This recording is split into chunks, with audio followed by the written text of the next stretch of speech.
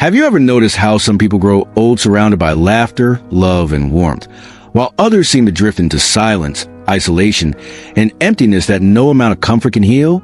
The truth is, loneliness in old age does not happen overnight, and it does not simply appear because the years have passed or because the body has grown weaker. Loneliness grows slowly, like a shadow that follows us from our younger years, built by the choices we made, the connections we nurtured or neglected, and the trust we either gave or withheld. And that is why psychology often tells us that people become lonely in old age, because in their youth, they never really learn how to cultivate meaningful relationships, how to trust people deeply, or how to invest in bonds that last through the storms of life. Loneliness in old age is not just about being physically alone, because many people live with families, surrounded by others, yet still feel a crushing emptiness inside. And that emptiness comes from the absence of emotional closeness, from a lifetime of avoiding vulnerability, from years of prioritizing achievements, material success, or self-protection over genuine human connection. And eventually, when the hair turns gray and the days grow quieter, what remains is not the house we built or the money we saved, but the relationships we either strengthened or abandoned. Psychology reminds us that the habits we practice in our youth echo into our old age. And when we fail to trust people, when we allow pride, fear, or ego to build walls around our hearts, we may feel safe for a while, but those same walls become prisons later in life. And they keep out not only pain, but also joy, love, and companionship, which are the very things that give meaning to our existence. Think about this carefully. As children, we crave connection instinctively. We laugh freely. We trust without hesitation. We run to our friends with excitement. And we believe in the simple magic of being together. But as we grow, life teaches us to be cautious, to hide our feelings, to toughen up, and little by little we stop letting others in. We start keeping secrets. We begin carrying our struggles silently. And that habit becomes so ingrained that by the time we are old, we no longer remember how to open our hearts. And thus loneliness creeps in quietly, not as a stranger, but as a final companion of a guarded life. When psychologists study loneliness, they often find that it is less about the number of people in someone's life and more about the depth of those relationships.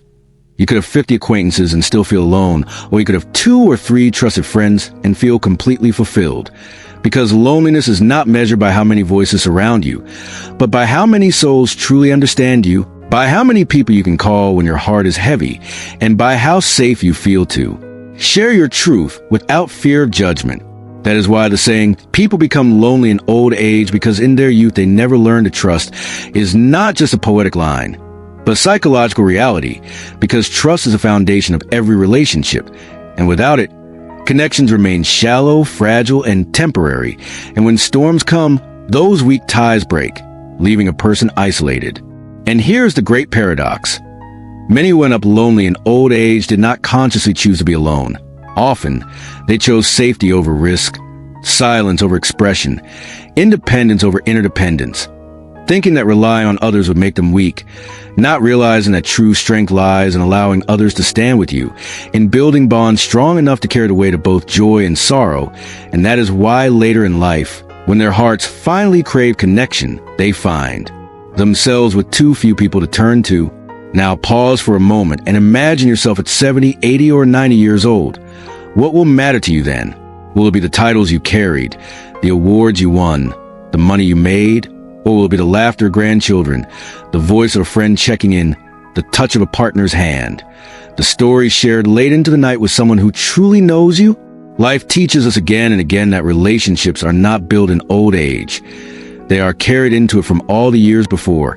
And the question is not whether you will need people, because every human being eventually does, but whether you have given enough of yourself to others, whether you have cared enough, trusted enough, forgiven enough, and allowed enough love to flow in and out of your life to ensure that when the silence of old age comes, it will be filled not with loneliness, but with the echoes of genuine companionship. The truth about loneliness is that it is rarely sudden, because loneliness is not like a storm that appears overnight and vanishes the next morning. It is more like a quiet drought that dries the soil slowly, so slowly that we do not even notice it until land is cracked and the rivers have disappeared. And by the time we realize it, it often feels too late. But in reality, loneliness begins when we are young and we decide, consciously or unconsciously, to push people away instead of letting them in, to avoid uncomfortable conversations instead of facing them, to give up on friendships when they get difficult instead of fighting to keep them alive. Many people in their 20s or 30s believe that life is endless, that friendships will always be there, that love can wait, that they can fix relationships later, that they can reconnect someday when things calm down. But life does not wait, and the people who matter most often drift away while we are busy chasing success, building careers, collecting achievements, or protecting our fragile egos.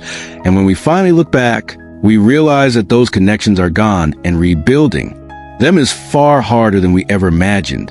Psychologists often point out that the greatest predictor of happiness in old age is not wealth, not status, not health alone, but the quality of relationships we have maintained over the years.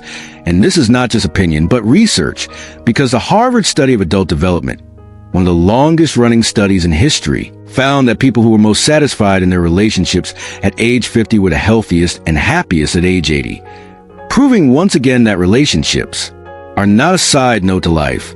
They are the very foundation of it.